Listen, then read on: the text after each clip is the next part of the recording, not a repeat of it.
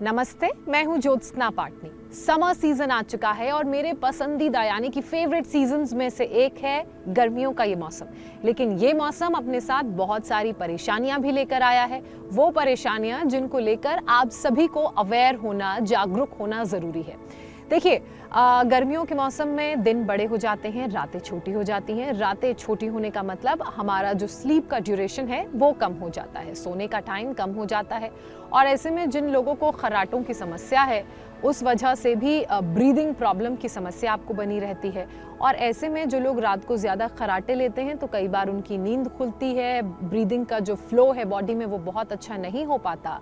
और यही disturbed breathing flow की वजह से ब्रेन में कई तरह के लोचे होते हैं। उनमें से एक है डिमेंशिया, और उसके अलावा एक और जो प्रॉब्लम है वो है ऑब्स्ट्रक्टिव स्लीप एपनिया की। इसका मतलब जब खर्राटे लेते वक्त हमारा ब्रीदिंग पैटर्न गड़बड़ होता है तो ऑब्स्ट्रक्टिव स्लीप एपनिया की परेशानी हो सकती है। और उसे आप ऐसे समझिए कि ब्रेन में ऑक्सीजन और खून का सप्लाई कम होना। अब ये परेशानी तो बहुत बड़ी है, और इस बहुत बड़े परेशानी को आप कैसे कंट्रोल कर सकते हैं, डिमेंशिया के खतरे से अपने दिमाग को कैसे बचा सकते हैं, अपने ब्रेन को, उसकी हेल्थ को कैसे अच्छा रख सकते हैं, और साथ ही अपने शरीर को कैसे फिट रख सकते हैं, आज उसी की बात होगी। कौन कौन से योगाभ्यास करने हैं, प्राणायाम कौन कौन से करने हैं जो आपके दिमाग में ब्लड और ऑक्सीजन के फ्लो को मेंटेन रखें। और कहते हैं ना कि अगर बॉडी और ब्रेन में ऑक्सीजन का फ्लो अच्छा रहेगा, इंटैक्ट रहेगा, तो आप किसी भी बीमारी से बच सकते हैं और किसी भी बीमारी को दूर भगा सकते हैं। तो आज मैं 3 प्राणायाम और 2 योगाभ्यास बताऊंगी जो हमारे ब्रेन और बॉडी के लिए बहुत अच्छे हैं, दोनों में बैलेंस भी बनाते हैं। और जो ऑक्सीजन और ब्लड का फ्लो कम हो जाता है अक्सर लेस एक्टिविटी की वजह से, लेस फिजिकल एक्टिविटी, मूवमेंट जब कम होता है, जब हम सांस अच्छे से नहीं लेते हैं, ऑक्सीजन हमारे ब्रेन में नहीं पहुंचती है, सप्लाई ऑक्सीजन का ब्रेन में पूरा नहीं हो पाता है, तो उस कारण ये जो तमाम परेशानियां होती हैं। और बढ़ती गर्मी की वजह से जो हीट स्ट्रेस हमारे दिमाग में पड़ रहा है, जिससे सोचने समझने की क्षमता, कैपेसिटी कम हो जाती है, उससे भी कई तरह की परेशानियां होती हैं। चिड़चिड़ापन आता है, मूड स्विंग्स होते हैं, जो गुड अच्छे हार्मोन्स होते हैं, एंडोर्फिन, डोपामिन, उनका रिलीज कम होता है, बैड हार्मोन्स का रिलीज होना ज़्यादा हो जाता है।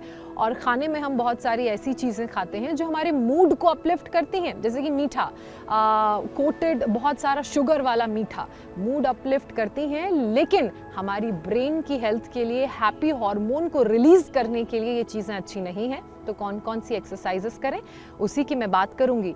लेकिन उससे पहले एक स्टडी के बारे में आपको और बता दूं। देखिए, एक स्टडी तो ये कहती है कि अगर टेम्परेचर 5 डिग्री बढ़ रहा है तो आप बीमारियों के 10% खतरे को और ज़्यादा महसूस करेंगे अपने शरीर में अगर आप फिजिकली एक्टिव नहीं हैं। और एक स्टडी ये भी कहती है कि अगर आप फिजिकली एक्टिव रहेंगे, रेगुलरली वर्कआउट करेंगे, रेगुलरली 10 से 15 मिनट प्राणायाम करेंगे, तो आप इन सारी बीमारियों से खुद को बचा सकते हैं। तो आइए शुरुआत करते हैं सबसे पहले प्राणायाम से। अनुलोम विलोम करने के लिए सबसे पहले आप क्रॉस लेग्ड पोजीशन में बैठ जाइए, यानी कि सुखासन में।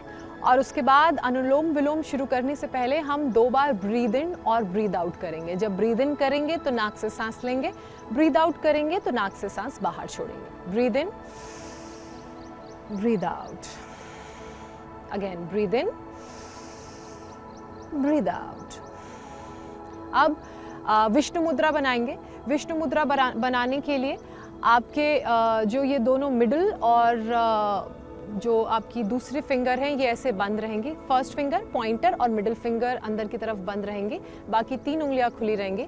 आपका अंगूठा आपकी दाईं नाक में, राइट नोज पे, और आपकी जो रिंग फिंगर है वो आपकी लेफ्ट नोज पे आएगी। और किसी भी योगाभ्यास की या प्राणायाम की हम शुरुआत करते हैं तो राइट साइड से करते हैं। तो आपने राइट नॉस्ट्रल को फ्री छोड़ना है, इस पर थंब प्रेस्ड नहीं रहेगा, और राइट नॉस्ट्रल से ब्रीद इन करना है। Breathe in. जब आप राइट नॉस्ट्रल से ब्रीद इन कर लें तो अपने राइट नॉस्ट्रल को अपने थंब से क्लोज कर लें। थोड़ी देर होल्ड करेंगे।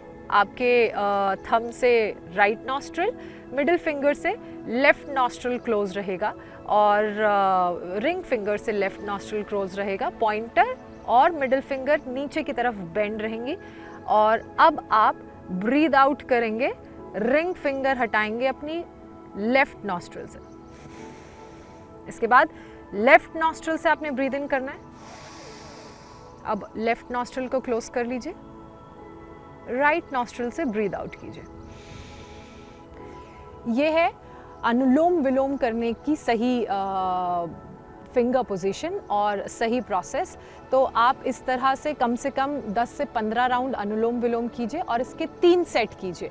अगर आपको लग रहा है कि आप ब्रेथ होल्ड करने में, अनुलोम विलोम करने में कंफर्टेबल हैं, तो आप अपने राउंड को हर एक राउंड के बाद बढ़ा सकते हैं। जैसे आप पहला राउंड कर लीजिए 10 बार, फिर दूसरे राउंड में आप 15 बार अनुलोम विलोम कर लीजिए, और तीसरे राउंड में अगर आप कंफर्टेबल हैं तो 20 बार कर लीजिए, कंफर्टेबल नहीं है तो 15 बार कर लीजिए। पहला प्राणायाम अनुलोम विलोम। अब बात करते हैं दूसरे प्राणायाम की। दूसरे प्राणायाम के लिए आपने क्या करना है, आपने ऐसे सुखासन में बैठना है, फिर से ब्रीद इन करना है और ब्रीद आउट करना है 2 round. Breathe in, breathe out, again breathe in, breathe out. अब हम करेंगे प्राणायाम जिससे हमारा जो दिमाग है वो ठंडा रहेगा, दिमाग में ऑक्सीजन की सप्लाई ठीक रहेगी। उसके लिए आपकी जो 2 उंगलियां हैं वो आपके आईज की तरफ होंगी। पहली उंगली आपके आईब्रोज पर प्लेस्ड होगी, फिर आपकी मिडिल फिंगर और रिंग फिंगर आपके आँखों के कॉर्नर में, बिल्कुल जहाँ से आपकी आँखें शुरू होती हैं वहाँ पर प्लेस्ड होंगी। आपकी जो स्मॉल फिंगर है वो आपकी नोज़ पे प्लेस्ड होगी, और आपके जो थम्स हैं वो आपके ईयर्स पर प्लेस्ड होंगे। ऐसे आपकी फिंगर्स की प्लेसमेंट रहेगी। ये है भ्रामरी प्राणायाम। भ्रामरी उद्गीत, मैं आपको 2 प्राणायाम बता रही हूँ, शुरुआत भ्रामरी से करेंगे। ये आपकी फिंगर्स की प्लेसमेंट आपके फेस पर रहेगी। हल्का सा फिंगर्स आपके ये सारे पॉइंट्स हैं, इनको प्रेस करेंगे और उसके बाद आप डीप ब्रीथ करेंगे, नाक से सांस लेंगे। उसके बाद आपके गले से आवाज़ निकलेगी।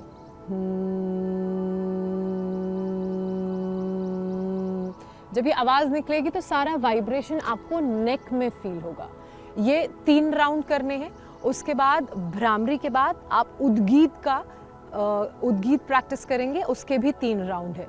उद्गीत में क्या करना है, आपके जो दोनों हाथ हैं वो चिन मुद्रा में रहेंगे। चिन मुद्रा का मतलब जो आपकी फर्स्ट फिंगर है और जो थंब है उनके टॉप पोर्शंस एक दूसरे को टच करेंगे, बाकी 3 फिंगर्स ओपन रहेंगी। आपके घुटने के ऊपर आपका दोनों हाथ प्लेस्ड रहेंगे और आप ब्रीद इन करेंगे और ब्रीद आउट करते हुए ओम बोलेंगे। तो आपको ये 3 बार करना है। ब्रीद इन,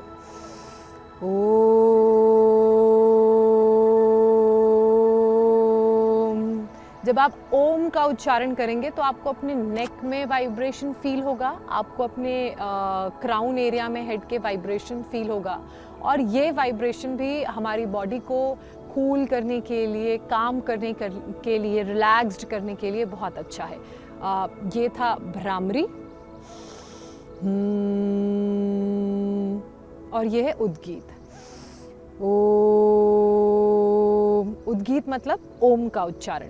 इसके बाद आप ध्यान रखें, जब आप उद्गीत प्राणायाम करें तो आपकी आंखें बंद रहेंगी। आपने उस ओम वाइब्रेशन को फील करना है अपने top of the head, crown में, अपने नेक में, और आपके पेट से अगर आवाज़ आएगी तो आप वो वाइब्रेशन अपने पेट में भी फील करेंगे। इनिशियली जिसने भ्रामरी उद्गीत प्राणायाम प्रैक्टिस नहीं किया है वो पेट से आवाज़ का वाइब्रेशन नहीं फील कर पाएगा, क्योंकि उसमें थोड़ी प्रैक्टिस लगती है।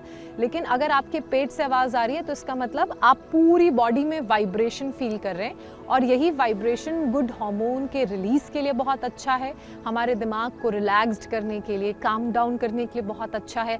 और ये प्राणायाम करने से जो एक क्लटर ऑफ थॉट्स हो जाता है, जो बहुत सारे ख्याल हमारे दिमाग में इकट्ठा हो जाते हैं, उस क्लटर को दूर करने के लिए और पीस ऑफ माइंड के लिए भी बहुत अच्छा है।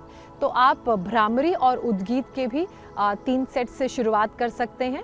पहले सेट में 3 बार आप भ्रामरी उद्गीत कीजिए, उसके बाद धीरे धीरे नंबर्स को बढ़ाइए, 5 बार, 7 बार या 10 बार, जैसा भी आप कंफर्टेबल हैं।